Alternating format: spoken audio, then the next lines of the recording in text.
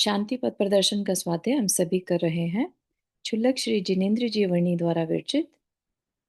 मंगलम भगवान वीरो मंगलम गौतमो गणी मंगलम कुंद कुंदाद्यो जैन धर्मोस्तु मंगलम। नमो अरिहंताणम नमो सेद्धाणम नमो आयर्याणम नमो उवज्जायाणम नमो लोए सवसाहुणम। पंच परमेष्ठी भगवान की जय। अगले 45 मिनट के लिए सभी प्रकार के पापों का त्याग करके सभी 9 बार नमोकार मंत्र पढ़ लें।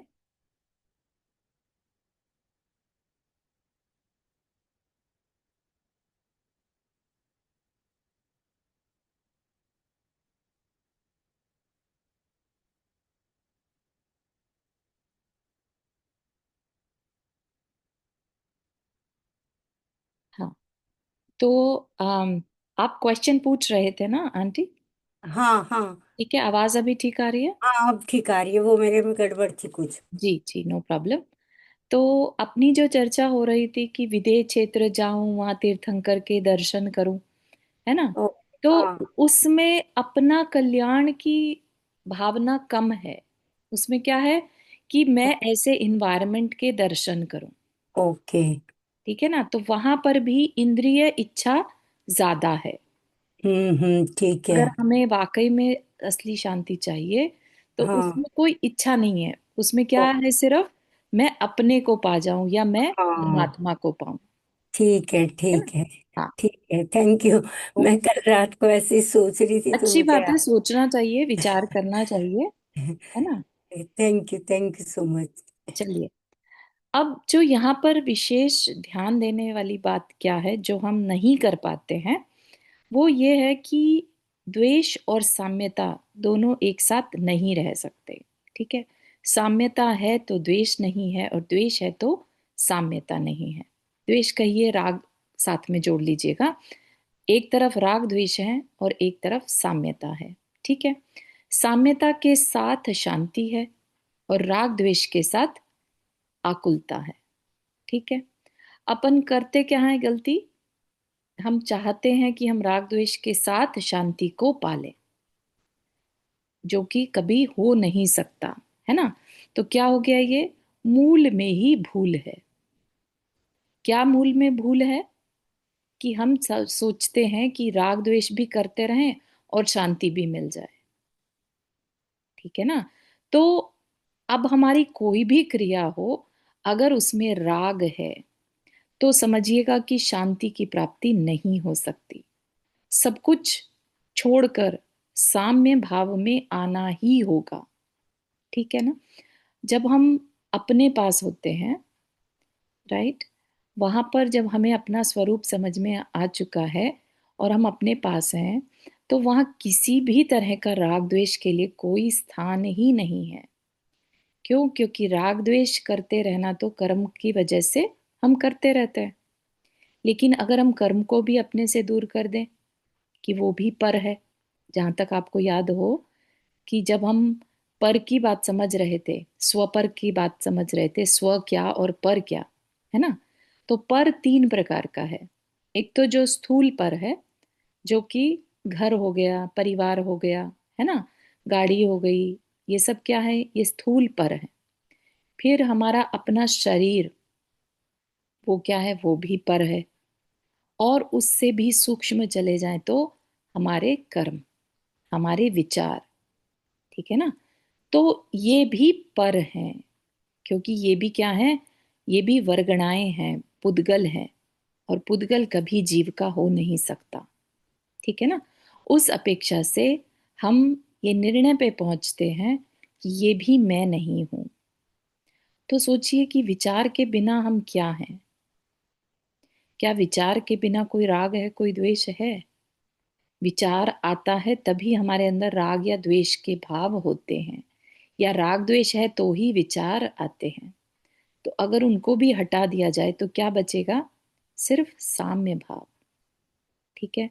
और साम्य भाव है तो शांति को कोई नहीं रोक सकता, इसीलिए कह दिया शांति तो मेरा स्वभाव है। ठीक है ना? तो हमें कहीं बाहर में वर्क नहीं करना, हमें वर्क अपने ही ऊपर करना है। इसलिए क्या कहा, स्व पर भेद विज्ञान प्राप्त करके। जब तक हम स्व को और पर को नहीं पहचानेंगे, तब तक हम इस भूल को निकाल नहीं सकते। कौन सी भूल? मूल में जो भूल है, राइट, उसको हमेशा याद रखें। एटलीस्ट हम अपनी भूल को समझे तो सही। तो हमारी भूल क्या है? जो राग द्वेष के साथ हम शांति चाहते हैं, वो हमारी भूल है। ठीक है। शांति किस में है? साम्य भाव में। ठीक। तो कहते हैं कि फिर साम्य रस में भीगी उस गुरुदेव की वाणी को सुन। यद्यपि आज तक उन क्रियाओं में से आप सब बहुत सी क्रियाएं पहले से करते आ रहे हैं, जैसे कि देव पूजा आदि, तदपि अंतरंग अभिप्राय ठीक न होने से उनका वह फल नहीं हुआ जो कि होना चाहिए था, अर्थात शांति। ठीक है। जो क्रियाएं हैं, धार्मिक क्रियाएं हैं, वो तो शुभ क्रियाएं मानी जाती हैं, राइट। शुभ होने के बाद भी हमारे जीवन में शांति नहीं आ पा रही है, तो कहीं तो कुछ गड़बड़ है। जो कि कल बताया था रिवीजन में, कि हम कहाँ गड़बड़ करते हैं धार्मिक क्रियाओं के करने में भी। हमारा अभिप्राय अगर गलत हो जाए तो, अभिप्राय अगर स्टिल हमारा भौतिक साधन इकट्ठे करना हो, है ना, राग आदि के विषयों को पाना हो, तो फिर हमारे अंदर कभी शांति हो नहीं सकती, क्योंकि राग के साथ शांति पॉसिबल नहीं है। या द्वेष कह लीजिए, हमें बीमारी ठीक करनी है, हम धार्मिक क्रिया अनुष्ठान कर रहे हैं, ये क्या है? हमें उस बीमारी से द्वेष है, ये नहीं हो, बस ये चली जाए, ये दूर हो जाए, है ना।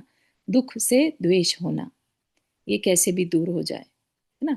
वो होगा दूर, थोड़े टाइम के बाद फिर कुछ और आ जाएगा।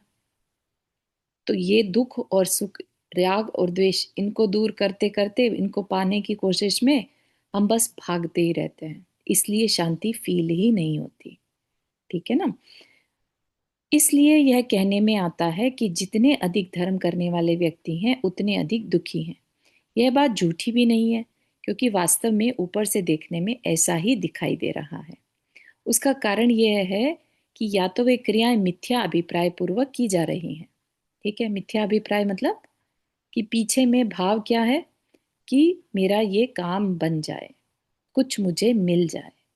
ठीक है ना। तो ये क्या हो गया? ये मिथ्या अभिप्राय है। सम्यक अभिप्राय क्या होगा?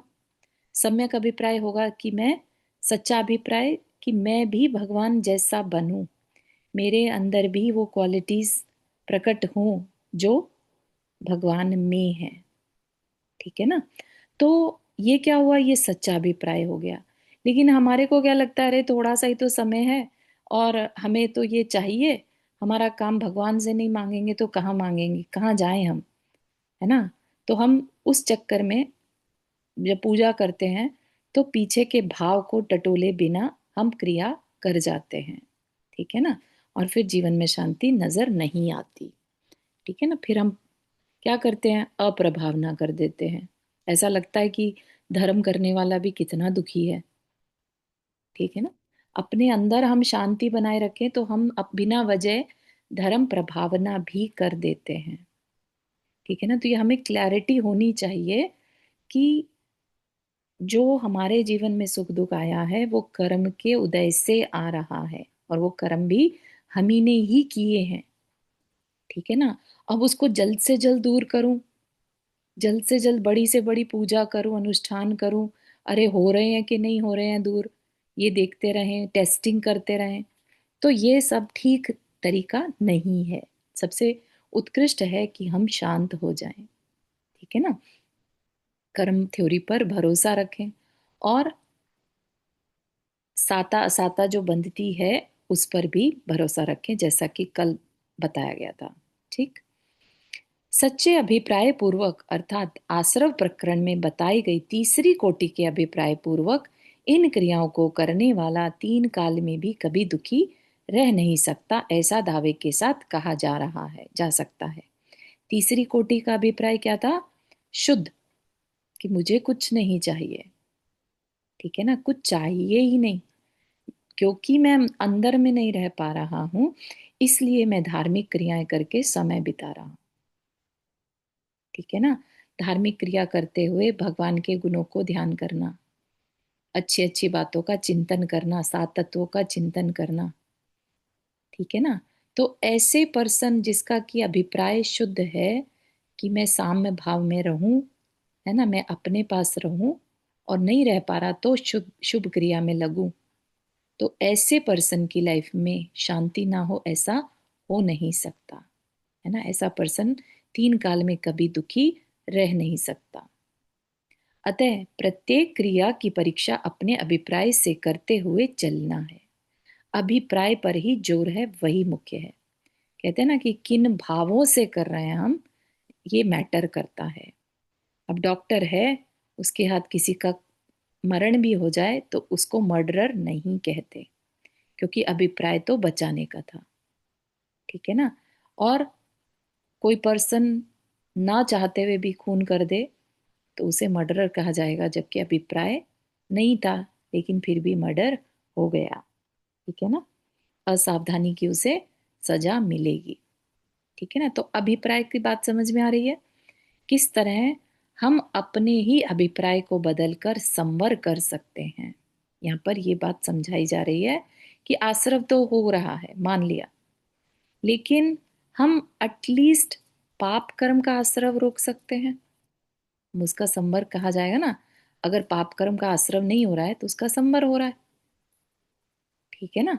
तो हम जिस जिस क्रिया को रोकते हैं, वही बात भी आगे बताई जाएगी, जिस जिस क्रिया को अपने कंट्रोल में कर लेते हैं, उतना उतना हम कर्म का आना रोक सकते हैं।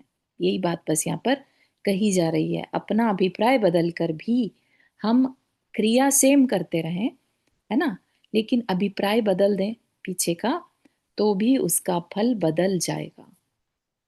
ठीक है ना। तो क्रिया की इतनी महत्ता नहीं जितनी अभिप्राय की है। अतः अभिप्राय को पढ़ने का अभ्यास करना चाहिए। स्थल स्थल पर दृष्टांत आदि के द्वारा अभिप्राय पढ़ने का उपाय भी बताया जाता रहेगा। ठीक है। तो अभिप्राय पढ़ने का अभ्यास करना चाहिए, ये क्या है, एक डायरेक्शन दी जा रही है। ठीक है ना। ये हमें करना चाहिए। अभिप्राय को पढ़ने का अभ्यास किसको करना होगा, हमें ही करना होगा। ठीक है ना। ये कोई और नहीं करेगा हमारी जगह, क्योंकि हमारे मन में क्या विचार चल रहे हैं ये सिर्फ हम जानते हैं। बाहर की क्रिया देखकर भले ही कोई आइडिया लगा ले, लेकिन अंदर के अभिप्राय को बहुत डीप डाउन, हमारा अभिप्राय हमें ही पता रहता है। हम मुंह से कितना भी बोल दें कि हम तो नहीं, हम इस पर्पज से कर रहे हैं, हम उस पर्पज से कर रहे हैं, लेकिन रियल अभिप्राय क्या है वो हम ही जानते होते हैं। ठीक है ना। तो इसलिए अपने अभिप्राय को हमें खुद बिना किसी मायाचारी के अपने फायदे के लिए समझना और होगा, उसकी टेस्टिंग करनी होगी। क्यों? क्योंकि हम सब शांति मार्ग पर बढ़ना चाहते हैं। तो जितनी ज्यादा सरलता इस मार्ग में अपने साथ हम रखेंगे, अपने अभिप्रायों में सरलता होगी, है ना। फिर हो सकता है दूसरा आपको कहे कि अरे ये तो मायावी है, दिखावा करता है, और इसको कुछ अता पता तो है नहीं, ज्यादा जानकारी नहीं है, कोई नहीं। अगर अभिप्राय में सरलता है, मायाचारी के बिना कर रहा है, तो समझिएगा उसको किसी को प्रूव करने की जरूरत अपने आप को नहीं है। क्योंकि कर्म किसी के प्रूव करने से नहीं बंधते, कर्म अपनी अभिप्राय से बंधते हैं। आपका अभिप्राय सरल है, अपने अंदर सरलता है, सहजता है, तो आप समझिएगा कि आप पाप कर्म नहीं बांध रहे हैं। ठीक है ना। स्थल स्थल पर दृष्टांत आदि के द्वारा अभिप्राय पढ़ने का उपाय बताया जाता रहेगा। उसे पढ़कर गुण दोष को खोजने तथा अपनी भूलों को दूर करने का प्रयत्न करना, तभी वे क्रियाएं सच्ची कहला सकती हैं। ठीक है। तो किसी दूसरे पर्सन को हम अच्छा या बुरा बताएं, अपने गुण दोष बताएं, उसकी भी जरूरत नहीं है। हम अपने गुण दोष खुद की उसमें लिख लें, ऐसा भी हम कर सकते हैं।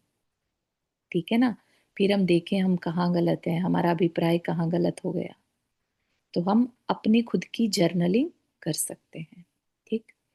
एक उदाहरण देता हूँ। किसी साधु को स्वर्ण बनाने की रासायनिक विधि आती थी। एक गृहस्थ को पता चल गया। विद्या लेने की धुन को लिए वह उस साधु की सेवा करने लगा। ठीक है, क्या है अभिप्राय? विद्या लेने की धुन। ठीक है ना। 2 वर्ष बीत गए, बहुत सेवा की। साधु ने प्रसन्न होकर उसे विद्या दे दी, अर्थात वह कॉपी जिसमें वह उपाय लिखा था उसे दे दी। प्रसन्नचित्त गृहस्थ घर लौटा, भट्टी बनाई, सारा सामान जुटाया और जिस प्रकार कॉपी में लिखा था करने लगा। बड़ी सावधानी बरती कि कहीं गलती ना हो जाए। प्रत्येक क्रिया को पढ़ पढ़ कर किया, पर स्वर्ण न बना। फलतः श्रद्धा जाती रही। है ना। अपने साथ भी ऐसा ही रहता है। जब हमारा काम नहीं बनता तो हमारी श्रद्धा चली जाती है। व्हाट दैट मीन्स कि हमें हमारी श्रद्धा वास्तविक थी ही नहीं। ठीक है ना। तो हमें एक सेकंड।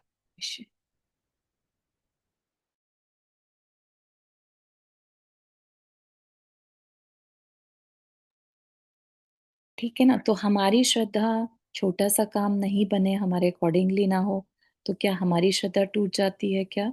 अगर ऐसा है तो पहली बात कि हमारा अभिप्राय ही क्लियर नहीं था। हमें कुछ इच्छा थी और वो पूरा नहीं हुआ तो हमारी श्रद्धा भी जाती रही। ठीक है ना। तो ये क्या है? ये हमने अपने आप से मायाचारी कर दी। ठीक है ना। हम किसी और से मायाचारी करें उससे मैटर ही नहीं करता। हम अपने से ही मायाचारी करते हैं, अपना ही नुकसान कर लिया। अगर यही चीज वह व्यक्ति अच्छे अभिप्राय से करता कि मुझे साधु की सेवा करनी है, स्वर्ण मिले चाहे ना मिले, ठीक है ना, और फिर वो प्रसन्न होके अपने आप ही दे देता, तो वो अलग बात हो जाती। ठीक है ना। तो अभी उसकी श्रद्धा जाती रही, सोचने लगा 2 वर्ष व्यर्थ ही खो दिए। साधु ने यूं ही झूठ मूठ अपनी ख्याति फैलाने के लिए ढोंग रच रखा था। सोना आदि बनाना तो उसे आता ही नहीं था। ठीक है ना। अभी क्या हो रहा है? श्रद्धा चली गई तो आयतनों के लिए भी नेगेटिव नेगेटिव बोलने लगे। कॉपी में यूं ही काल्पनिक बातें मेरे मन बहलाने को लिखती। क्रोध में भर गया वह, पर क्रोध उतारे किस पर? साधु ना सही, उसकी कॉपी तो है। चौराहे पर बैठकर लगा कॉपी को जूतों से पीटने। सहसा वही साधु उस मार्ग से आ निकला। गृहस्थ की मूर्खता को देख सब समझ गया। बोला, क्यों इस पर इतना क्रोध करता है? भूल स्वयं करे और क्रोध उतारे कॉपी पर। इस बेचारी ने क्या लिया है तेरा? चल मेरे साथ, मैं देखता हूँ कैसे नहीं बनता सोना। भट्टी के पास दोनों आए, सामान जुटाया, प्रक्रिया चालू हुई। सब ठीक, परंतु नींबू पड़ने का अवसर आया तो लगा चाकू लेकर नींबू काटने। साधु बीच में ही बोला, क्या करता है? नींबू काटता हूँ। कहाँ लिखा है इसमें नींबू काटना? काटना न सही, नींबू का रस तो लिखा है। बिना काटे रस कैसे निकले? साधु ने रस से नींबू छीना और दोनों हथेलियों के बीच साबुत का साबुत नींबू रखकर जोर से दबा दिया। रस निचुड़ गया। बोला कि ऐसे निकलता है रस। यह न सोचा बुद्धि लगाकर कि चाकू से लोहे का अंश जाकर सारे फल का विनाश कर देगा। सोना बन गया और गृहस्थ लज्जित हुआ अपनी भूल पर। परंतु अब पछताए क्या हो जब चिड़िया चुग गई खेत। विद्या को साधु अपने साथ ही ले गया। तात्पर्य केवल इतना दर्शाना है कि सर्व क्रिया ठीक होते हुए भी कोई ऐसी भूल जो दृष्टि में आती नहीं, सर्व फल का विनाश कर डालती है। और यथाकथित फल न मिलने पर बजाय अपनी भूल खोजने के प्राणी का विश्वास क्रिया पर से ही उठ जाता है और इस प्रकार बजाय हित के अपना अहित कर बैठता है। ठीक है ना। छोटी छोटी गलतियां हो जाती हैं। ठीक है। इवन मंदिर दर्शन के लिए किन भावों से जाना चाहिए, है ना, जब वापिस आते हैं तो किन भावों से आना है। हम पुण्य की क्रिया में भी बहुत बार पाप कमाकर वापिस आ जाते हैं। मंदिर में बैठे हैं, हम दूसरे के बारे में बुरा बुरा सोच रहे हैं, किसी से ईर्ष्या के भाव आ रहे हैं। ये सब क्या है? देखने में तो ऐसा लगेगा डेली मंदिर जा रहे हैं, फिर हमारा अच्छा क्यों नहीं हो रहा? अब ये नहीं पता चल रहा कि मंदिर जाकर हम कैसे भावों में लगे हैं। है ना। तो ये क्या है? ये अपनी भूल है। क्रिया में प्रॉब्लम नहीं था। क्रिया तो क्या थी? डेली मंदिर जाना है, पूजा करना है। लेकिन हमारा मन इतना चंचल कि चले तो गए लेकिन मन भटक रहा है दूसरे की कमियां ढूंढने में। वो ठीक से कर रहा है कि नहीं कर रहा है, उसने क्या पहना है, उसने क्या कहा है, बोला है, कैसे उठा, कैसे चला, सारा ध्यान इस पर है ना। तो फिर लगता है कि अरे, धार्मिक क्रिया तो कोई फायदा देती ही नहीं है। ठीक है ना। तो कहने का मतलब क्या है कि क्रिया में प्रॉब्लम नहीं होता, होता है प्रॉब्लम अपने भावों में। जैसे बोलते हैं ना कि शबरी का एग्जाम्पल आता है, या किसी एक कहावत आती है ना, कटौती में गंगा, मन चंगा तो कटौती में गंगा, ऐसा कुछ आता है कि मन साफ होना चाहिए तो आपकी, आप जहां बैठे हैं वहां भी गंगा प्रकट हो जाए। ठीक है ना। तो इसका क्या मतलब हुआ, एक्सेप्शंस आर ऑलवेज देयर, इसका मतलब, तो अगर अभिप्राय अच्छा है तो क्रिया भी हम अगर ठीक ढंग से नहीं कर पा रहे उससे भी मैटर नहीं करता, अभिप्राय सबसे ज्यादा मैटर करता है। ठीक है ना। अतः पहले से ही अभिप्राय की सूक्ष्मता को पढ़ने के लिए कहा जा रहा है, ताकि सूक्ष्म से सूक्ष्म भूल का भी सुधार किया जा सके और क्रिया से वही फल प्राप्त किया जा सके जो कि उससे होना चाहिए। बेटर भले ही मिल जाए, कम ना हो, है ना। क्रिया तो सब अच्छी ही रहती हैं, आगे के जो अभी हम पढ़ रहे हैं दर्शन खंड, है ना। फिर जब आगे साधना खंड आएगा, उसमें हर क्रिया की वैज्ञानिकता बताई जाएगी। राइट। इवन मंदिर क्यों जाना, कैसे जाना, क्या करना वहां पर, पूजा का क्या महत्व है, द्रव्यों का क्या महत्व है, ये सब बताया जाएगा। ठीक है ना। तो क्रिया की लॉजिक भी पता हो हमें, और अपने भावों पर भी ध्यान जा रहा हो, तो ऐसा हो नहीं सकता कि हमारा, हमें फल उस हिसाब से ना मिले। लेकिन अगेन, आप किसी भी ज्ञानी से पूछेंगे तो अपने को फल पे फोकस करना ही नहीं है। ठीक है ना। अपने को अपने काम करते रहने, हम तो सिर्फ पाप से बचने के लिए शुभ क्रिया कर रहे हैं। ठीक है ना।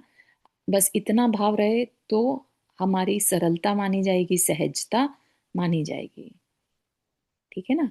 हम अपने किसी पर्पस के लिए कर रहे हैं, नाम के लिए कर रहे हैं, राइट। तो वो क्या है, वो हमारी सहजता चली गई। ठीक है ना। इस तरीके से संसार संस्कार निवृत्ति, संवर कहते हैं प्रत्येक क्षण होने वाले नए नए अपराध को रोक देना। अर्थात जिस प्रकार की, जिस प्रकार भी लौकिक भोग आदि संबंधी अथवा ख्याति प्रतिष्ठा आदि संबंधी बहिर्मुखी वृत्ति रोकी जा सके, उसे रोकना कर्तव्य है। कर्तव्य है मतलब हम सबका अपने अपने प्रति कर्तव्य है। क्या, नए नए अपराध को रोक देना। नए नए अपराध मतलब यहाँ पर अपराध क्या है, कर्म बांधना अपराध है, आश्रव अपराध है। ठीक है। तो प्रत्येक क्षण आश्रव हो रहा है, ये हमें पता है, राइट।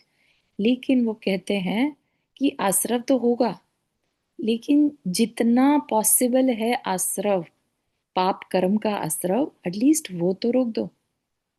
ठीक है। तो लौकिक भोग आदि संबंधी अथवा ख्याति प्रतिष्ठा आदि संबंधी बहिर्मुखी वृत्ति रोकी जा सके, उसे रोकना कर्तव्य है। ठीक है।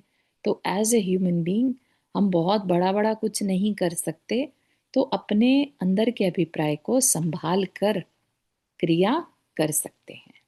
ठीक है ना। घर की भी कोई गृहस्थ की जो क्रियाएं होती हैं, उस समय पर भी हर समय हम कुछ पाना है, कुछ छूटना चाहिए, दूर हो जाना चाहिए, ऐसे भावों में उलझे ना रहे। ठीक है ना। उस टाइम पर भी मन को किसी शांत चीज पर फोकस लगाया जा सकता है। ठीक है ना। वास्तव में पदार्थों को जानना अपराध नहीं है, जानने मात्र से राग द्वेष उत्पन्न नहीं हो सकता। राग द्वेष होता है इष्ट अनिष्ट बुद्धि से। देखिए, आप अपने बरामदे में खड़े सड़क की ओर देख रहे हैं। ठीक है। तो जितने भी यहाँ पर बातें बताई जा रही है ना, उसको सब प्रैक्टिकल यूज करिएगा, करके देखिएगा। बरामदे में ना सही, किसी अम, घर के बाहर खड़े होकर देखिए, या किसी और अनुष्ठान में, जैसे मंदिर में, मॉल में, कहीं पर भी। ठीक है ना। आप खड़े सड़क की ओर देख रहे हैं, अनेक पशु पक्षी व्यक्ति सड़क पर से गुजरते आपने देखे। कुछ परिचित थे और कुछ अपरिचित भी। कुछ देर पश्चात उसी सड़क पर देखा अपने पुत्र को आते हुए। तुरंत यह सोचकर कि कुछ कार्यवश मेरे पास ही आ रहा है, एकदम बोल उठे, क्यों, क्या काम है, इतनी जल्दी कैसे लौट आए आज? पुत्र को देखकर यह विकल्प क्यों? ठीक है ना? बाकी लोगों को देख रहे हैं, देखकर छोड़ दिया, खत्म, कोई थॉट नहीं, कुछ नहीं। हो सकता है किसी से आपकी परिचित है और आपको पसंद नहीं है, और आप फिर उनके बारे में भी सोच सकते हैं। यहाँ पर पुत्र का एग्जाम्पल लिया है क्योंकि एकदम से बात समझ में आ जाती है, इसलिए किसी परिचित के लिए भी एक सवाल मन में विचार आ सकते हैं। क्यों?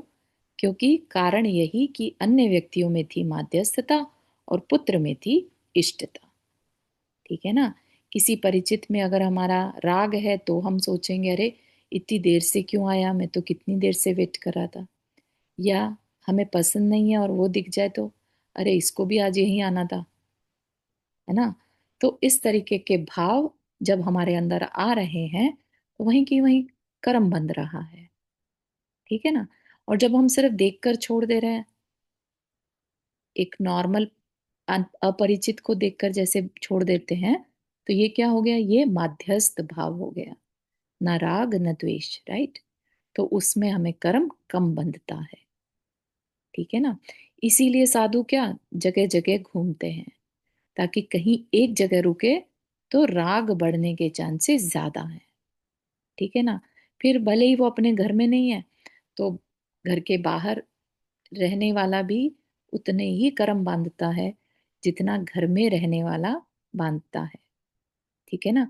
घर से मैटर नहीं करता। कहते हैं ना कि अगर तुमने घर छोड़ दिया तो तुम संग में जाकर अपना घर बसा लोगे, वहां पर अपने पराये हो जाएंगे। ठीक है ना?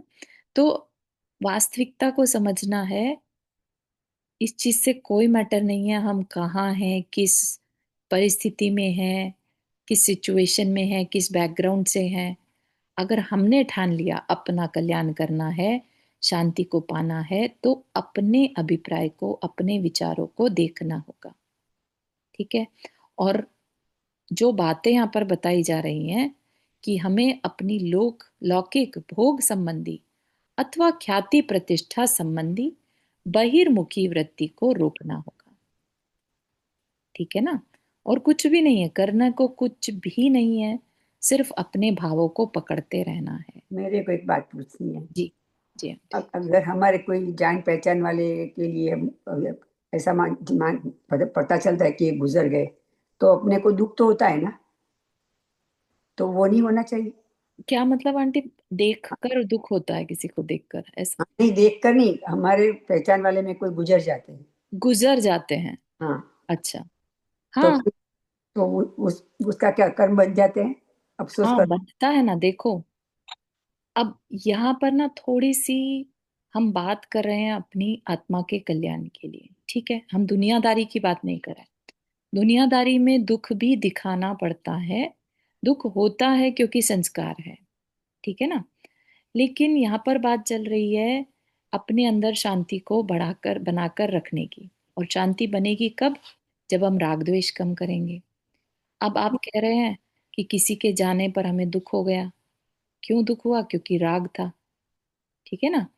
अब राग था और दुख मान रहे हैं उसके जाने पर, तो इसमें आप बताइए कैसा कर्म बन रहा होगा?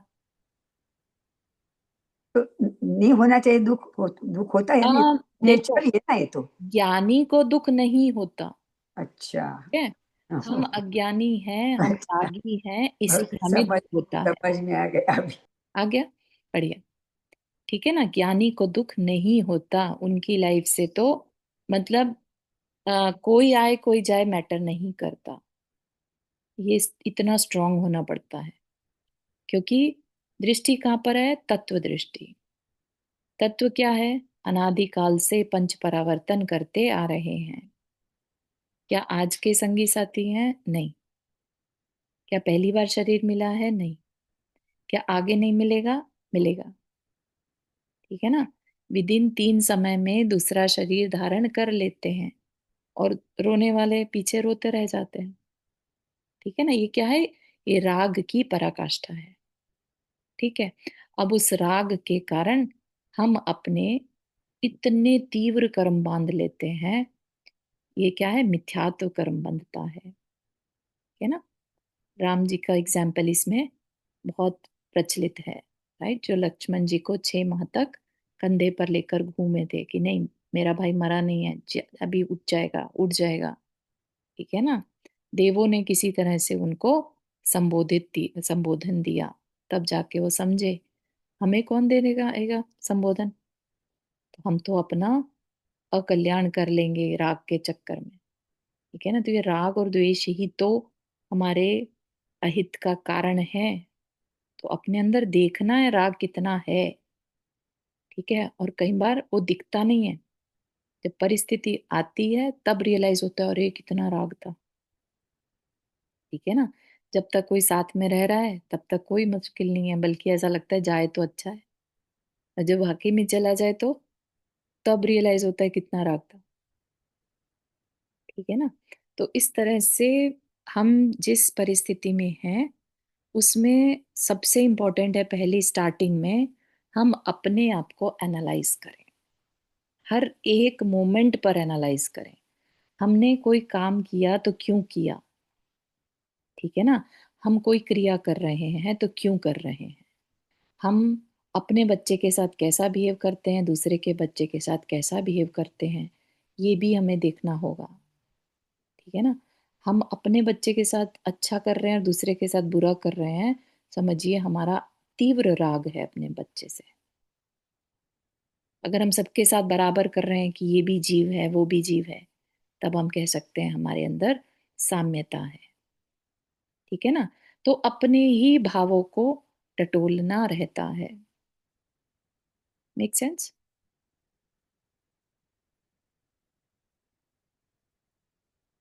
ठीक है। तो इसी प्रकार आप इन्हीं आंखों से देखते हो अस्पताल में पड़े बुरी तरह कराते हुए अनेक रोगियों को, और इन्हीं नेत्रों से देखते हो अपने रोगी पुत्र को। ठीक है ना। तो जैसा अभी कुसुम आंटी ने बोला, दुनिया में कितने लोग इस संसार को छोड़कर, मतलब जो भी जी इस आयु को छोड़कर जाते हैं, क्या सब पर रोना आता है हमें? नहीं। जिसको हमने अपना माना है उसके जाने पर रोना आता है। ये क्या है? ये तीव्र राग की पराकाष्ठा है। ठीक है ना। तो ऐसे ही हॉस्पिटल में तो हम दुनिया भर को देखते हैं। बहुत तरह के रोगी परेशान हो रहे होते हैं। हम हल्की सी आवाज, अरे देखो, अरे कितनी दुख है, अरे ये है, और वहीं अपना ही कोई जान पहचान वाला हो तो डॉक्टर इसको जल्दी ठीक कर दो, बस कैसे भी ठीक कर दो, जो लगे वो कर दो, बस कर दो। है ना। रोएंगे, गिड़गिड़ाएंगे, बस ठीक कर दो। ये क्या है? ये बिहेवियर चेंज हो गया क्योंकि राग है। तो ये जो पहचानना आना चाहिए अपने ही भावों को, कि हम किस लेवल तक चले जाते हैं। ठीक है ना।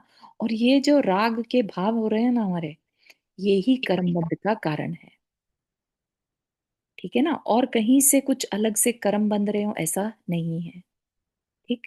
ये कर्म बंध हमारे अपने ही भावों से होते हैं। ठीक। कारण यही है कि पुत्र में है इष्टता और अन्य में है माध्यस्थता, और यदि कदाचित अन्य को देखकर थोड़ी मात्रा में व्याकुलता हो भी गई तो उसका कारण है कुछ करुणा, जिसका आधार है राग या इष्टता। तो उसमें भी करुणा भी आ रही है, तो उसमें भी कहीं ना कहीं राग या इष्टता है कि मैं इसकी क्या मदद कर दूं। ठीक है ना। हालांकि उस भाव में, करुणा के भाव में कर्म कम बंधता है। ठीक है ना। या ये कह लीजिए कि राग का भाव कम होने से उसमें पाप कर्म कम बंधता है। ठीक है। नहीं तो चारित्र मोहनीय बंधता है। ठीक है। और चारित्र मोहनीय क्या है? घातीय कर्म है।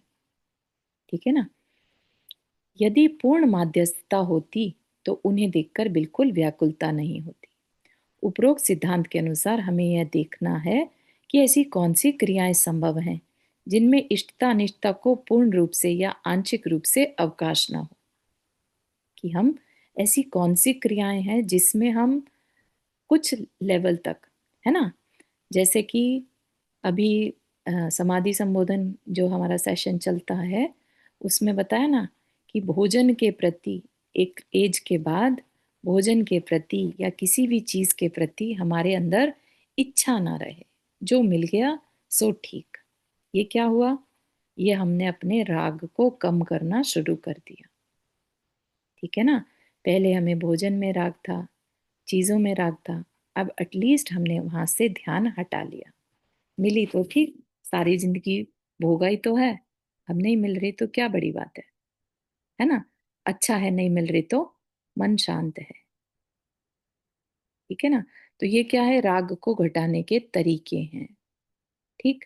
तो ऐसी अनेकों क्रियाएं होनी संभव हैं। तो समवर रूप क्रियाएं तीन भागों में विभाजित की गई हैं। एक गृहस्थ के योग्य, दूसरी श्रावक के योग्य, तीसरी साधु के योग्य।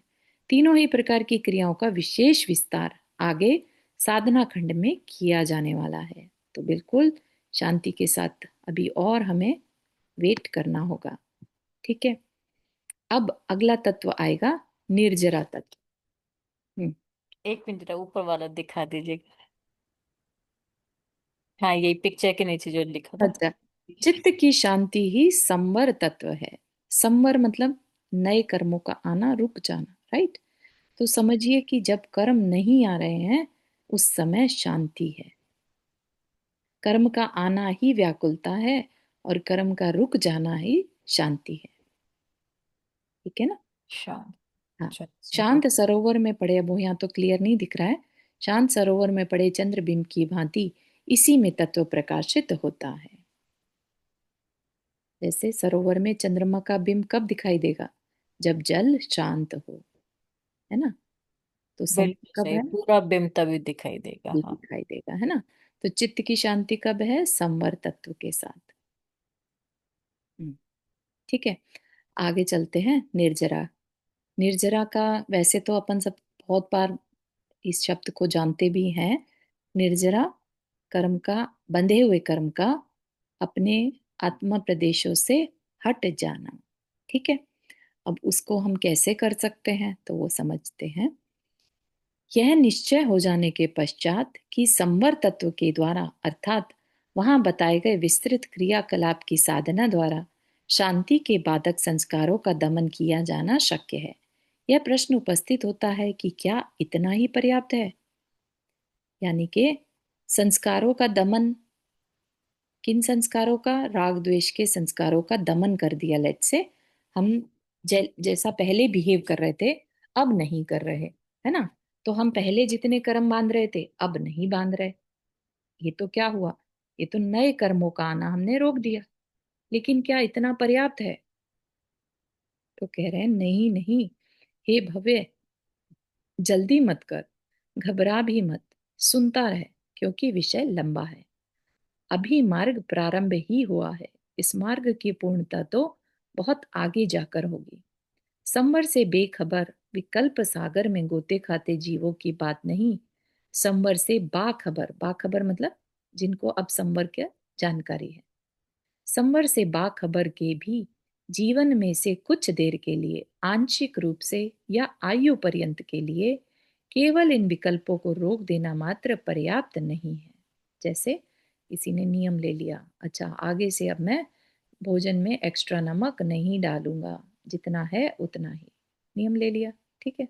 तो अब भोजन में नमक है नहीं है ये विकल्प खत्म हो गया। उस विकल्प से होने वाले कर्म बंध जो था वो रुक गया। ठीक है ना? तो वो कह रहे हैं कि आंशिक रूप से या आयु पर्यंत के लिए, थोड़े टाइम के लिए कोई नियम लिया जाए या आयु पर्यंत के लिए कोई नियम लिया जाए, तो इन विकल्पों को रोक देना मात्र पर्याप्त नहीं है। ठीक है। क्योंकि ऐसा करने से भले ही वे पूर्व के संस्कार आगे को और अधिक पुष्ट न होने पावे तथा वर्तमान में जीवन कुछ हल्की सी शांति को लिए हुए अनुभव में आने लगे, परंतु पूर्व में डेरा जमाए हुए उन संस्कारों से तो बच ना पाएगा।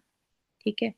ऐसे बहुत से लोग देखे जाते हैं जिन्होंने जीवन पर्यंत कभी कंदमूल का सेवन नहीं किया, लेकिन मरण समय अचानक से बहुत तीव्र कषाय का उदय हो गया और कंदमूल की इच्छा जागृत हो गई। ऐसे कई एग्जाम्पल देखे हैं। तो ये क्या है? ये कोई पूर्व के संस्कार, इस भव के तो नहीं। इस भव में तो नियम ले लिया था कि कि हम जैन कुल में पैदा हुए हैं, हम नहीं खाएंगे, ठीक है ना। लेकिन पूर्व का कोई कर्म अगर उदय में आ जाए, मरण समय या जिस समय हमें इसकी जरूरत थी, और उस समय पर हम उससे ना बच पाए, और इतनी तीव्रता से आए कि हम सोचे कि नहीं नहीं, अब इसके बिना तो काम नहीं चलेगा, खा लेते हैं, ठीक है ना। तो ऐसा भी होते हुए पाया जाता है। तो संस्कार भले ही इस भाव के तो हमने छोड़ दिए, लेकिन अंदर में सत्ता में पड़े हैं, उन संस्कारों से कैसे बचेंगे, ठीक है ना। तो कह रहे हैं भले ही आज के संवरण के कारण उसको कुछ निद्रा सी या बेहोशी सी आ गई हो, परंतु तेरे तनिक भी असावधान होने पर, या अनुकूल वातावरण बदल जाने पर, या काल चक्र द्वारा जबरदस्ती किसी प्रतिकूल वातावरण में फेंक दिए जाने पर, क्या वे संस्कार सचेत होकर एकदम तुझ पर आक्रमण न कर बैठेंगे, है ना। किसी ने अपनी बहुत बुरी आदत को बचपन में, किसी को होगी लेट से, छोड़ दिया, नियम ले लिया, माँ बाप ने दिलवा दिया, नियम ले लिया, जिंदगी भर फॉलो भी किया, लेकिन यू नेवर नो वो कब वो संस्कार उदय में वापस से आ सकता है। इट्स नॉट अबाउट संस्कार ओनली, कुछ भी तीव्र कर्म का उदय आकर और हमारी सारी तपस्या को, हमारी सारी नियम साधना को खत्म कर सकता है ना। तो इसका क्या मतलब है, कहना क्या चाह रहे हैं, तो ना करें क्या, नहीं, वो नहीं कह रहे हैं। बात ये कह रहे हैं कि अंदर में ऐसी तैयारी भी होनी चाहिए कि जो अभी भी चिपके हुए कर्म हैं, जो अभी भी आत्मा के साथ चिपके हैं, ठीक है, हमने नए तो रोक दिए, लेकिन जो चिपके हुए हैं वो कभी आकर अपना फल देने लग जाएं, तो उस समय संभवतः उस आक्रमण को तू सह सकने में समर्थ ना होगा, और बह जाएगा पुनः उनके द्वारा प्रेरित उसी पहली रौ में, ठीक है ना। ऐसा ही कई बार अपन देखते हैं ना कि जीवन भर धर्म किया और मरण समय भाव ऐसे हो गए कि असंयमी की तरह से बिल्कुल, है ना। और मतलब होश ही नहीं है कि क्या कह रहे हैं, क्या कर रहे हैं। तो ये क्या हुआ, भले ही जीवन भर धर्म कमाया, वो काम आएगा, लेकिन कहीं ना कहीं जो पूर्व का किया हुआ कर्म था वो उदय में आ गया, ठीक है ना। ये पैराग्राफ पूरा कर लेते हैं, फिर आपका क्वेश्चन लेंगे। शत्रु का बीज नाश कर देना ही नीति है।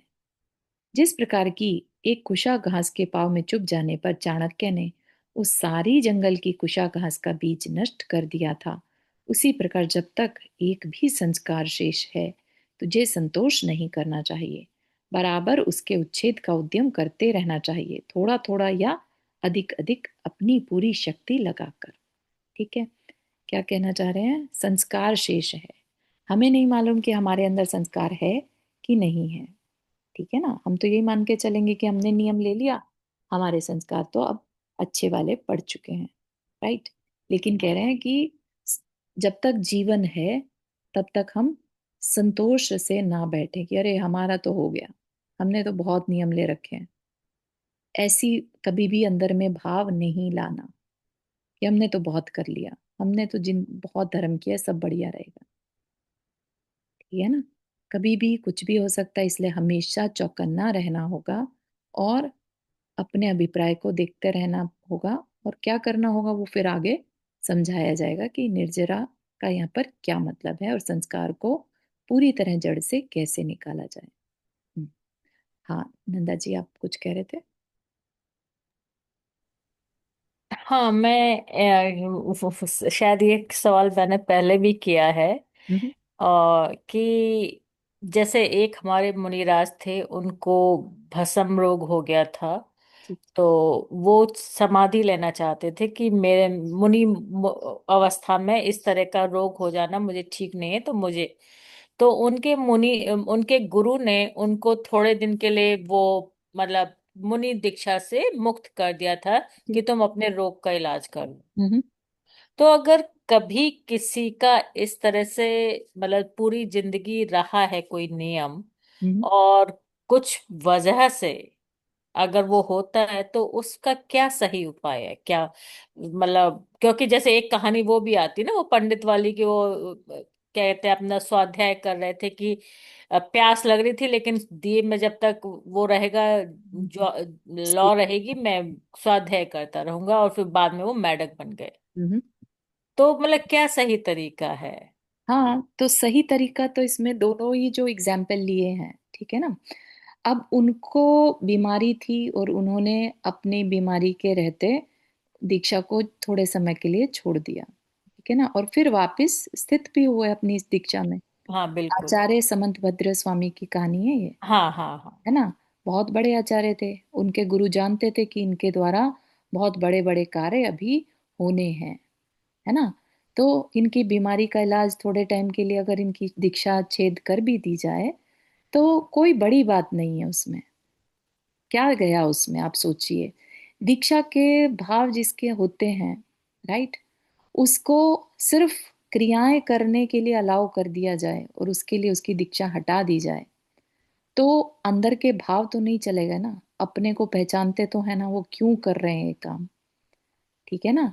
इस शरीर को फिलहाल ठीक करना है ताकि इसके द्वारा, इसके साधन से, इसकी सहायता से और बड़े बड़े कार्य किए जा सके, ठीक है ना। आने हम्म। वाली जनरेशन्स जो है आज उनके उस उपकार को याद करती हैं, उन्होंने जो कार्य किए, ठीक है ना, उससे यूज ले रही हैं और पूरे पंचम काल के अपना अंदर अपना कल्याण कर रही हैं कर बहुत रहे सारी हैं। जनरेशन। ठीक है रत्न ना। का सावकाचार उन्हीं ने लिखा है। हाँ, है ना। और हम्म। दूसरा जगह जो सेठ की बात है, जो मेंढक की कहानी आती है, राइट, वो पर्सन जो कर रहा था वो कंजूस था, राइट। दृष्टि कहाँ थी, पैसे बचाने पर, ठीक है ना। तो भावों का खेल हो गया ना सारा। अभिप्राय क्या है, तो तिर्यंच बन गया, क्योंकि उसमें कंजूसी कहाँ, उसका ये था कि मतलब मैं समाधि कर रहा हूँ एक समय, कितने समय के लिए, जब तक इस दिए में लौ रहेगी। अब उनकी सामायिक, मम्मी ने कहा कि इनकी हाँ समाधि। चारू, उसमें तो यही कहानी थी कि वो उसने रखा, व्रत रखा होता जब तक मेरी खत्म ना हो जाए, हाँ और हाँ उसकी वाइफ घी डालने जा रही थी। हाँ, उसकी वाइफ घी डाले जा तो रही थी और लग और रही वो थी उसे प्यास से प्यास, तो वो तड़पड़ा था प्यासा शायद। मर गया। हाँ हाँ तो हाँ इसलिए वहां गया। भाव उसके कंजूसी के नहीं थे इसमें, जो हाँ कहानी मैंने पढ़ी है। उसको भी अपना नियम पालना था।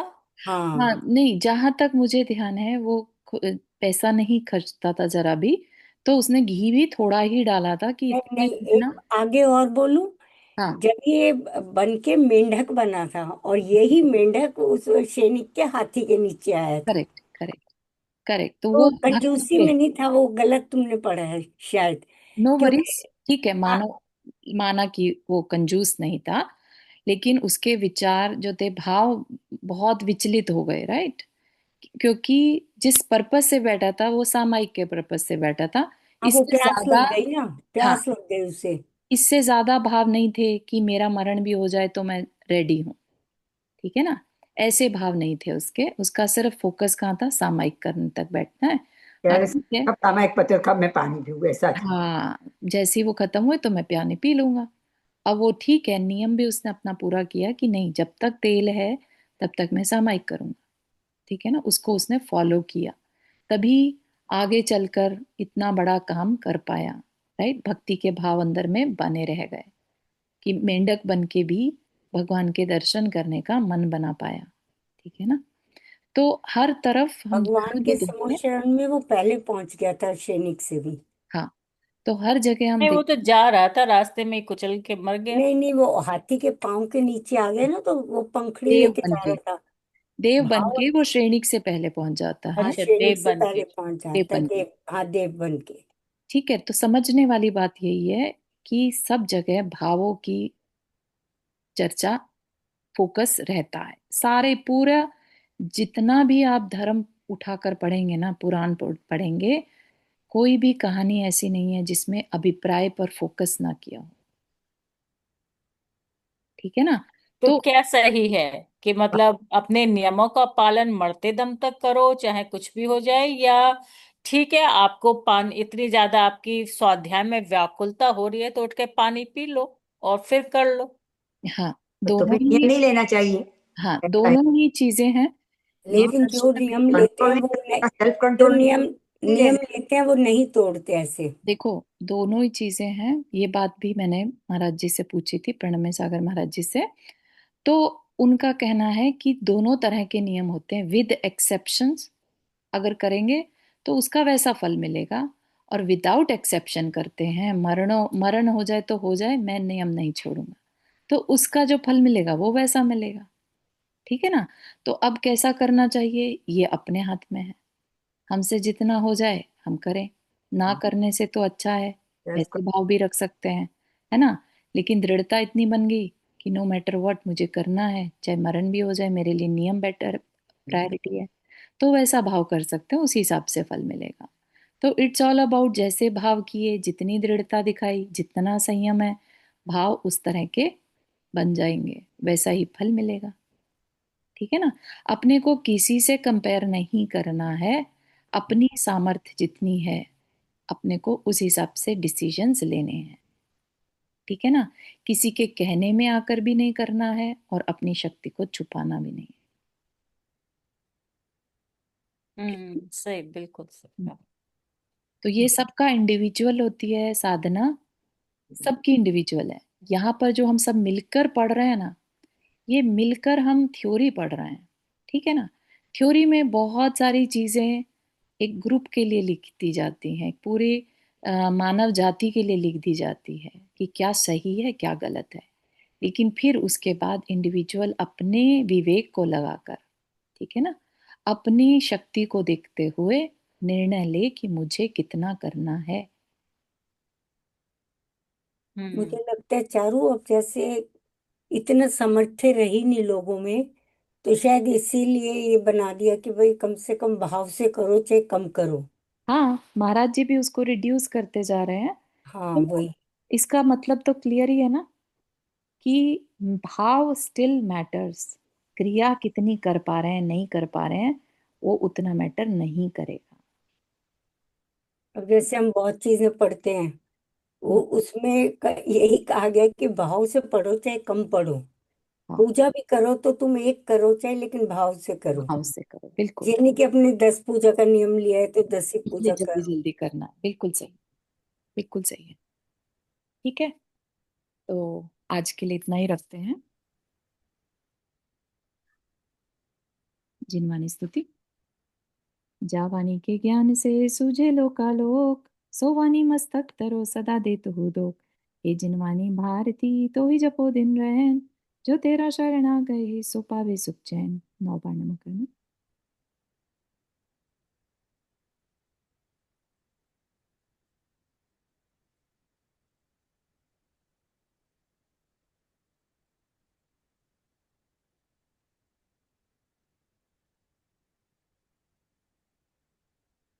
सभी को जय जिनेन्द्र। जय जिनेन्द्र। जय जिनेन्द्र सभी को।